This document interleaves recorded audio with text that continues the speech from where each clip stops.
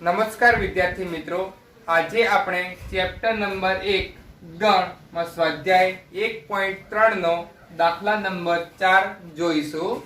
જ્યાં દાખલા નંબર 4 માં કોઈ ગણ એ આપેલો છે જેના ઘટકો 1 2 3 4 જે પાછો ગણમાં છે 5 આપેલ છે। તો નીચેના વિધાનો પૈકી કયા વિધાનો સત્ય છે અને કયા વિધાનો અસત્ય છે, અને જો વિધાનો અસત્ય હોય તો તેનું કારણ આપવાનું છે। તો સૌપ્રથમ આપણે જોયું હતું કે જો આપણે કોઈ ઘટકને દર્શાવતા હોય, કોઈ ઘટકની વાત કરતા હોઈએ ત્યારે આપણે શું લઈએ છીએ? બિલોંગ્સ ટુ લઈએ છીએ। ઘટક માટે બિલોંગ્સ ટુ લઈએ છીએ। અને જો આખે ગણની વાત કરતા હોય અને ગણ હોય તો હંમેશા છગડીયા કૌંસમાં આપેલ હોય છે, અને ગણની વાત કરતા હોય ત્યારે શું લઈએ છીએ આપણે? સબસેટ, એટલે કે સુપરસેટ છે કે નહીં એ રીતનું આપણે લઈએ છીએ। તો ચલો હવે આપણે દાખલા ઉપર ચર્ચા કરીએ કે પહેલા નંબરનો દાખલો છે કે ગણમાં 3 અને 4 સબસેટ A। એનો અર્થ શું છે કે આખો ગણ આપેલો છે 3 4 સબસેટ A। હવે જુઓ કે ગણની અંદર આપેલા બધા શું છે? ઘટકો છે। બધા ગણના ઘટકો છે।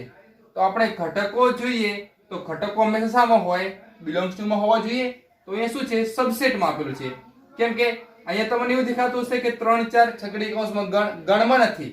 જુઓ આ ગણ આખો A આપેલો છે, તેનો ઘટક 1 છે, તેનો ઘટક 2 છે, અને 3 4 પણ શું છગડીયા કૌંસમાં 3 4 પણ એનો ઘટક કહેવાય ને। તો આવું આવવું જોઈએ કે છગડીયા કૌંસમાં 3 4 એ શું છે? A નો ઘટક છે। શું આવવું જોઈએ? A નો ઘટક આવવું જોઈએ, પરંતુ અહીંયા શું આપેલું છે? 3 4 સબસેટ A। એટલે કે આનો અર્થ શું છે? આપેલ વિધાન કેવું છે? અસત્ય છે। કેવું છે? અસત્ય। કેમ અસત્ય છે? કેમ કે છગડીયા કૌંસમાં 3 4 તો શું છે? એક પ્રકારનો ઘટક છે। જે ઘટક ગણ A ની અંદર હોય તો બિલોંગ્સ ટુ આવવું જોઈએ, પરંતુ અહીંયા શું આપેલું છે? સબસેટ આપેલું છે, માટે વિધાન ખોટું છે। ચલો એના પછી ફરીથી કીધું જુઓ કે 3 4 જે આપેલો છે સભ્ય છે, કેમ કે જો અહીંયા ગણ A નો સભ્ય કયા કયા છે? એક સભ્ય છે, એટલે કે એક બિલોંગ્સ ટુ A લખી શકાય, અહીંયા 2 બિલોંગ્સ ટુ A લખી શકાય, અને છગડીયા કૌંસ 3 4 બિલોંગ્સ ટુ A લખી શકાય। તો અહીંયા પણ એ વિધાન આવશે કે 3 4 બિલોંગ્સ ટુ A જે વસ્તુ આપેલી છે। તો આ બીજા નંબરનું જે વિધાન છે કેવું છે? સત્ય છે। કેવું મળશે? વિધાન સત્ય મળશે। એના પછી ત્રીજો છે કે જુઓ છગડીયા કૌંસમાં 3 4 છે, અને એમાં પાછું એના ઉપર છગડીયો કૌંસ આપેલો છે। તો વાસ્તવમાં અહીંયા શું છે કે જો અત્યારે આ 3 4 શું દર્શાવે છે? ઘટક દર્શાવે છે। જ્યારે એના વડે દોડે એટલે કે જે એની આસપાસ છગડીયો કૌંસ કરવામાં આવે તો ઘટકમાંથી હવે શું બની ગયો? ગણ બની ગયો। તો ગણ આખો ગણ શું એની અંદર છે? તો આખો ગણ એની અંદર છે, દેખાય છે, ઓબ્વિયસલી દેખાવાનું છે। કેમ કે જે 3 4 નામનો ઘટક હતો, જ્યારે છગડીયા કૌંસમાં દર્શાવીએ તો એ ગણ બને છે, તો ગણ એનો ગણ થવાનો છે। કેમ કે આ શું છે? ઉપગણ છે। તો કે આખો ગણ એની અંદર સમાયેલો છે, માટે ઉપગણ છે, તો થઈ શકાય છે, માટે વિધાન કેવું છે? સત્ય છે। રેડી? એના પછી ચોથા નંબરનો છે કે 1 બિલોંગ્સ ટુ A। આનો અર્થ શું છે કે શું એક નામનો ઘટક ગણ A ની અંદર આવેલો છે? તો એક નામનો ઘટક જોઈએ કે ગણ A ની અંદર છે, સાચું છે, માટે કેવું વિધાન આવશે? એ પણ સત્ય છે। તેના પછી પાંચમો છે 1 સબસેટ A। શું કીધું છે? 1 સબસેટ A એટલે કે એક શું એનો સબસેટ થઈ શકે? ઉપગણ થઈ શકે? આવી થઈ શકે? એક સબસેટ A થઈ શકે? હા, ક્યારે થઈ શકે? જો છગડીયા કૌંસમાં આપેલું હોત તો ગણ છે, અને ગણ એનો સબસેટ છે। કેમ કે એક છે એ તે ગણ એનો ઉપગણ છે, કેમ કે છગડીયા કૌંસમાં એક તો આખા એનો ઉપગણ બનાવવો હોય તો બની શકે છે, માટે શું થશે? 1 સબસેટ એ કેવું છે? અસત્ય છે। વાસ્તવમાં સત્ય શું થાય? સત્ય બનાવવું હોય તો કે 1 બિલોંગ્સ ટુ A લખી શકાય, અથવા તો પછી છગડીયા કૌંસમાં 1 સબસેટ A। જો આ બે માંથી કોઈ પણ એક શરત આપેલી હોત તો સાચું થાત, પરંતુ અહીંયા તો 1 સબસેટ A છે, માટે વિધાન કેવું છે? અસત્ય છે। એના પછી છઠ્ઠા નંબરનો છે જો 1 2 અને 5 સામો આપેલા છે. ધારો કે 1 બિલોંગ્સ ટુ એ, 1 એનો ઘટક છે, 2 પણ એનો ઘટક છે અને 5 પણ એનો ઘટક છે. ધારો કે આનો આપણે શું બનાવીએ છીએ? ગણ બનાવીએ છીએ. તો ગણ 1 2 5, શું ગણ એનો ઉપગણ થવાનો? તો થાય જ છે કે ગણ એની અંદર 1 2 5 નામનો ગણ સમાઈ શકે છે, માટે તેનો ઉપગણ છે. વિધાન કેવું છે? સત્ય છે. એના પછી જુઓ 1 2 5 belongs to a. ચલો હવે શું થશે? હા, એવું લખેલું હોત ને કે 1 belongs to a તો પણ સાચું થાય, 2 belongs to a તો પણ સાચું થાય, 5 belongs to a તો પણ સાચું થાય, પરંતુ છગડીયા કૌંસમાં છે એટલા માટે સાચું નથી. માટે કેવું થશે? અસત્ય છે. કમ્પ્લીટ. એના પછી કેમ કે જો સબસેટ માટે મેં તમને કહ્યું હતું કે સબસેટ હોય તો ગણમાં દર્શાવવામાં આવે છે અને ઘટક હોય તો ફક્ત જે ઘટકો આપેલા છે ઘટકો બિલોંગ્સ ટુ માં દર્શાવવામાં આવે છે. પરંતુ અહીંયા બિલોંગ્સ ટુ માં દર્શાવ્યું છે તો આનો ઘટક થવો જોઈએ, પરંતુ છગડીયો કૌંસ છે એટલા માટે ઘટક નથી. શું છે? ઉપગણ છે, માટે અસત્ય વિધાન છે. એના પછી 8મો છે છગડીયા કૌંસમાં 1 2 અને 3 સબસેટ એ. તો જુઓ, એક તો શું છે? એનો ઘટક છે. 1 belongs to a આવવું જોઈએ, પછી 2 belongs to a આવવું જોઈએ, અને જો અહીંયા 3, પરંતુ 3 4 નું જૂથ ભેગું છે જે ગણમાં દર્શાવેલું છે, આવી તો આવવું જોઈએ કે 3 4 belongs to a આવવું જોઈએ. અને આ જો બધાનું જૂથ બનાવવા જોઈએ તો શું બનશે? 1 2 3 4 તો સબસેટ એ થઈ શકે. પરંતુ અહીંયા શું કીધું છે કે 1 2 અને 3 સાથેનો જે ઘટક 4 હતો એ તો છે જ નહીં, તો સબસેટ થઈ શકે નહીં. માટે કેવું છે? અસત્ય વિધાન છે. એના પછી 9મો છે કે 5 belongs to a.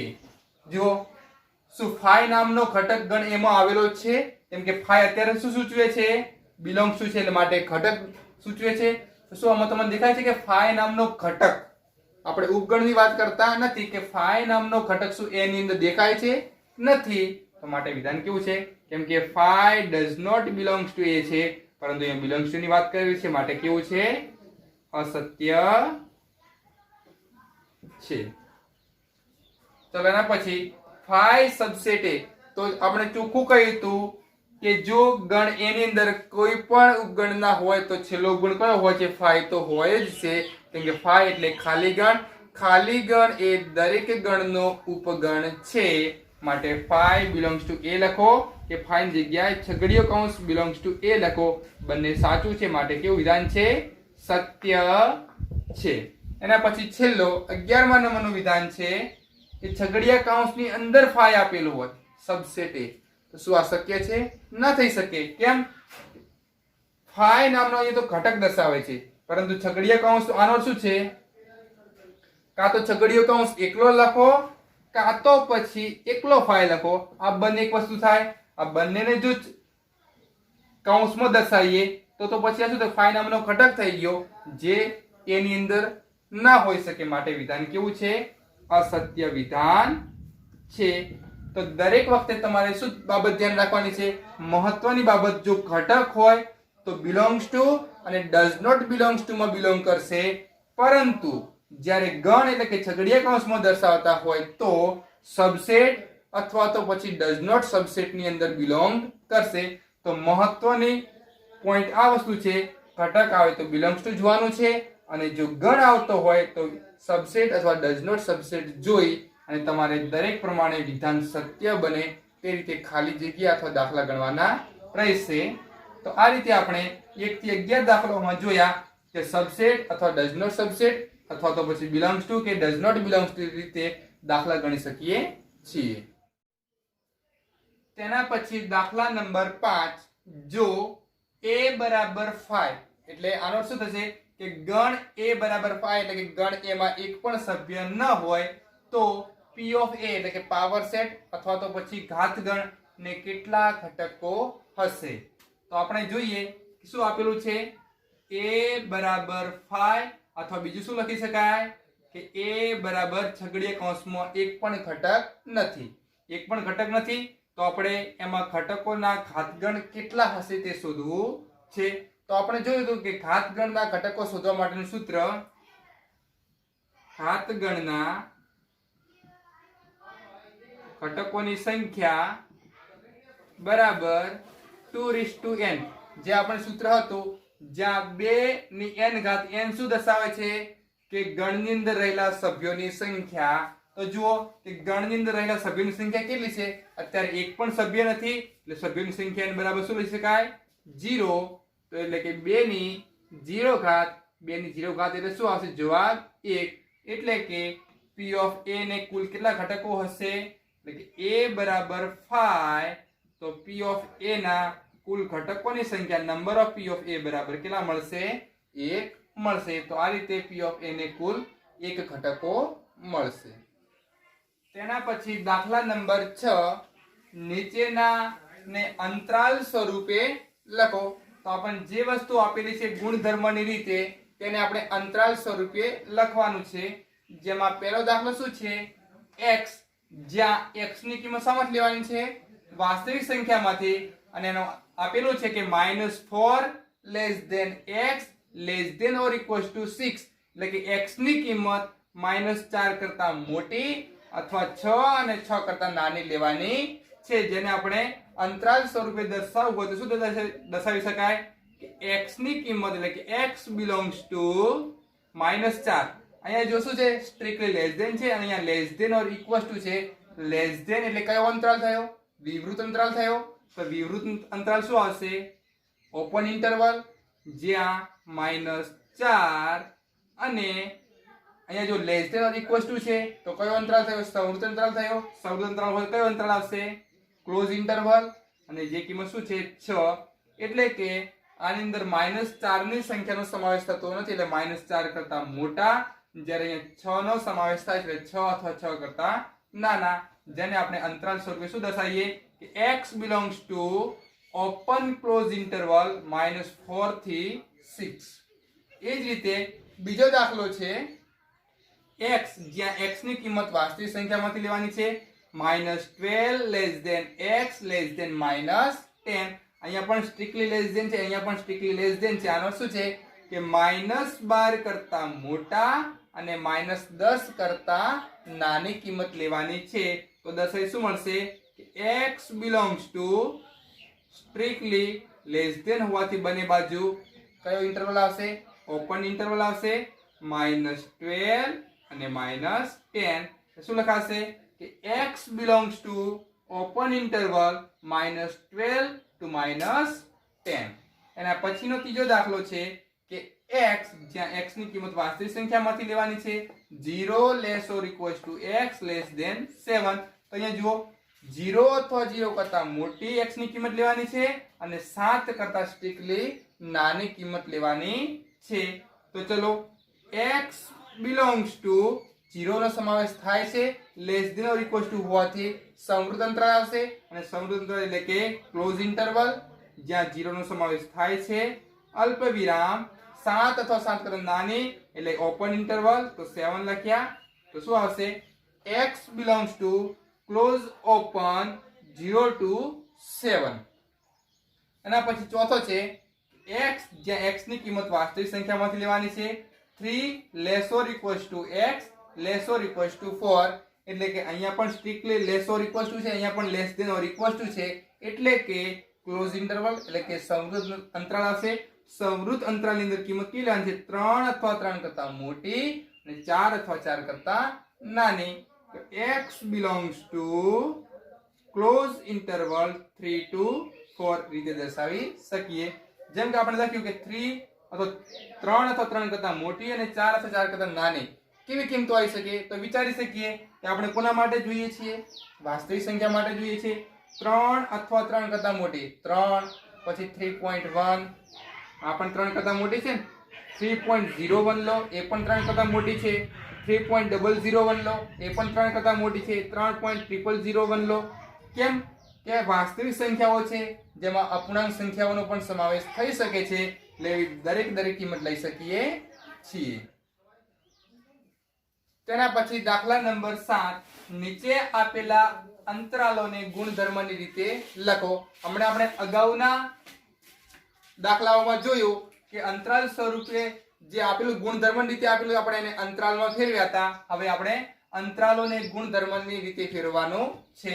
તો ચલો પેલો અંતરાલ શું છે કે જો બંને બાજુ ઓપન ઇન્ટરવલ છે કે ઓપન ઇન્ટરવલ -3 થી 0, તો -3 થી 0 ની વચ્ચે કોઈ x ની કિંમત આપણે ગુણધર્મની રીતે દર્શાવવાની છે.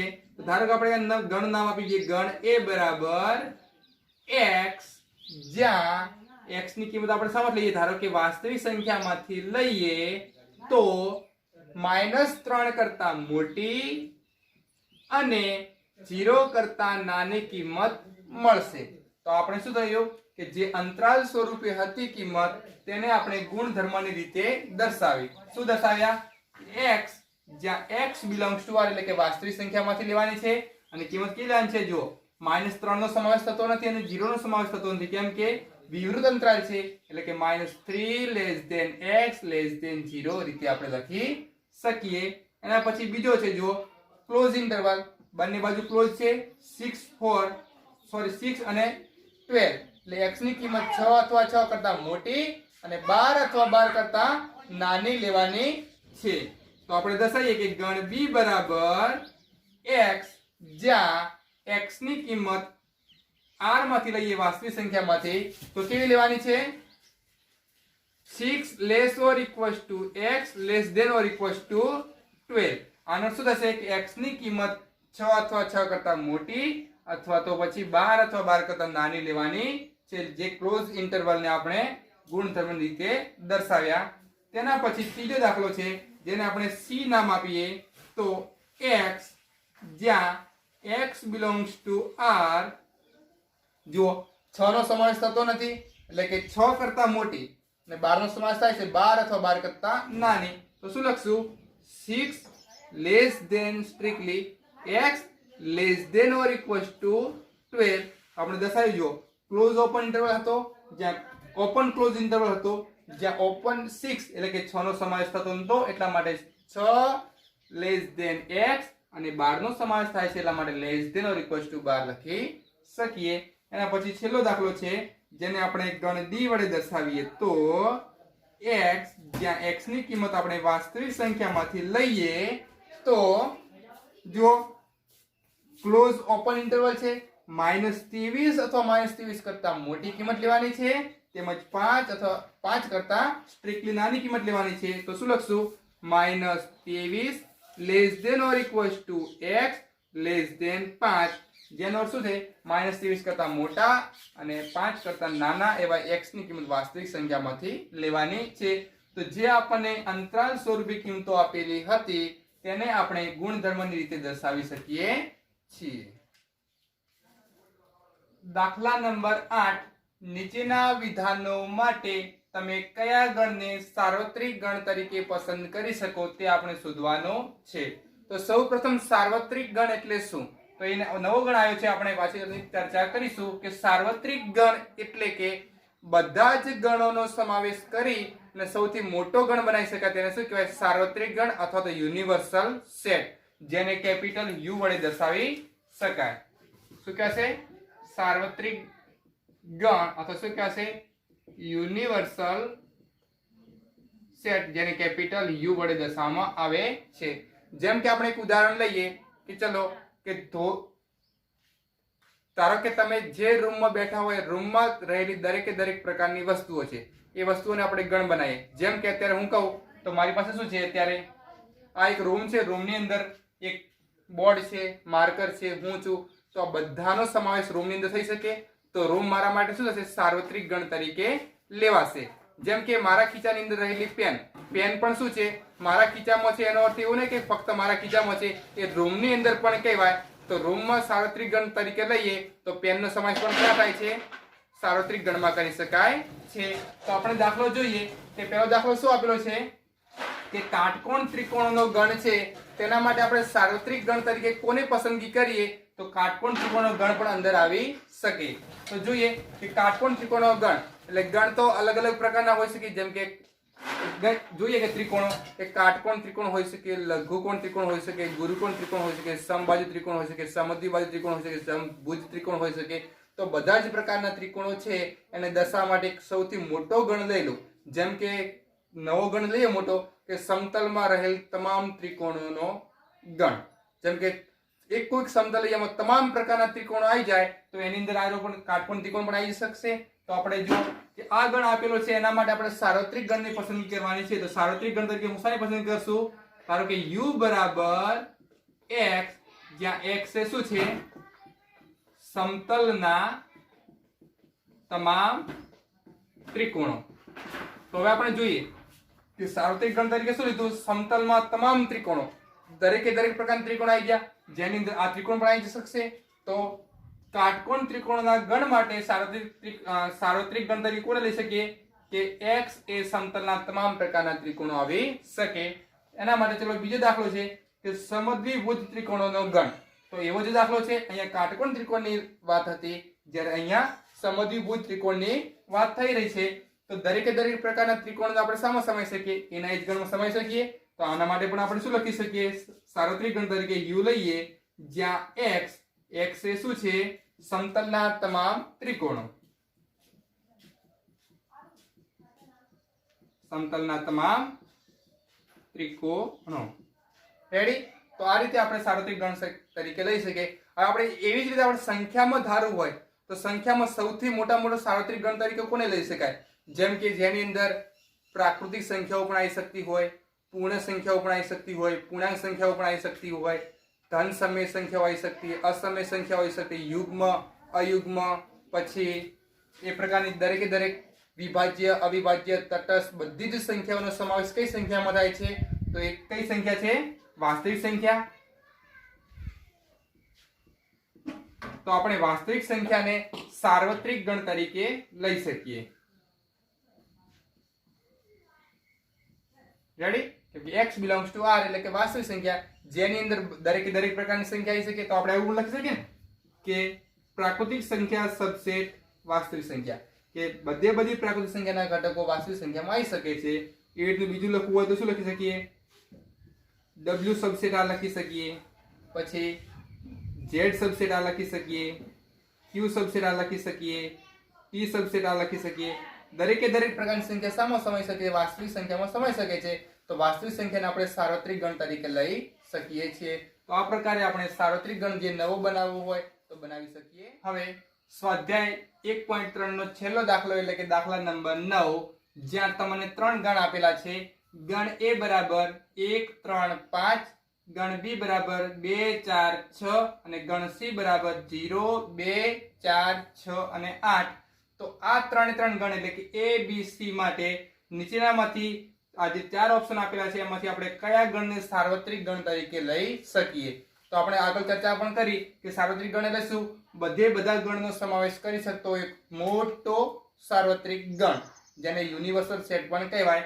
તો આ ત્રણે ગણનો સમાવેશ કરે એવો ગણ આપણે આમાં શોધવાનો છે. તો જોઈએ કે પહેલો ગણ શું છે? 0 1 2 3 4 5 6.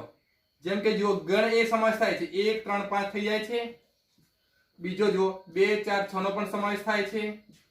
હવે જો c ના 0 નો સમાવેશ થાય છે, 2 નો પણ સમાવેશ થાય છે, 4 નો પણ સમાવેશ થાય છે, 6 નો પણ સમાવેશ થાય છે, પરંતુ 8 નો સમાવેશ થતો નથી. એટલે કે શું લખી શકાય? 8 આપેલ ગણમાં નથી. તો માટે સાર્વત્રિક ગણ તરીકે આપણે આ ગણને પસંદ કરી શકીએ નહીં. એના પછી 5 ની અંદર તો શું છે? એક પણ સભ્ય જ નથી, ઘટક જ નથી. તો આની તો આપણે પસંદગી કરી જ ના શકીએ. ચલો એના પછી જુઓ 0 થી કરીને 10 ઘટકો આપેલા છે. જુઓ ગણ એના તમામ આવી જાય 1 3 અને 5 એટલે ગણ એ આખો આવી શકે છે. ગણ બી ના 2 4 અને 6 એટલે ગણ બી પણ આખો આવી શકે છે. ગણ સી ના 0 2 4 6 અને 8 એટલે ગણ a b c ત્રણે આ ગણની અંદર આવી શકે છે. માટે સાર્વત્રિક ગણ તરીકે આ ત્રીજા નંબરનો જે ગણ છે તેની પસંદગી કરી શકીએ છીએ. તો આપણે આને સાર્વત્રિક ગણ તરીકે પસંદ કરી શકીએ, એટલે u નામ આપવું તો આપી શકીએ છીએ. એના પછી જુઓ 1 થી 8 સંખ્યા, તો જેની અંદર જુઓ 1 3 5 પણ આવી શકે છે, પછી 2 4 6 પણ આવી શકે છે, 2 4 6 8 પણ આવી શકે છે, પરંતુ એક બાકી રહ્યો, કયો? 0 કે 0 નો સમાવેશ ઉપરના ગણમાં થતો નથી. જો 0 નો સમાવેશ ઉપરના ગણમાં ના થઈ શકતો હોય તો આપણે તેને સાર્વત્રિક ગણ તરીકે લઈ શકીએ નહીં. સાર્વત્રિક ગણ એટલે કે બધા ગણના ઘટકો અંદર સમાઈ શકે. તો આમાં 0 નો સમાવેશ થતો નથી, માટે આપેલા આ ગણ જે ચોથા નંબરનો ગણ છે તેને આપણે સાર્વત્રિક ગણ તરીકે લઈ શકીએ નહીં. તો આ રીતે આપણે સાર્વત્રિક ગણમાં કયા ગણ સૌથી મોટામાં મોટો ગણના જે બધા જ ઘટકો દરેક ગણના ઘટકો આવરી લેતો હોય તેને સાર્વત્રિક ગણ તરીકે આપણે પસંદ કરીને લઈ શકીએ છીએ. તો આ રીતે આપણે સાર્વત્રિક ગણ છે કે નથી તે શોધવું તો શોધી શકીએ છીએ.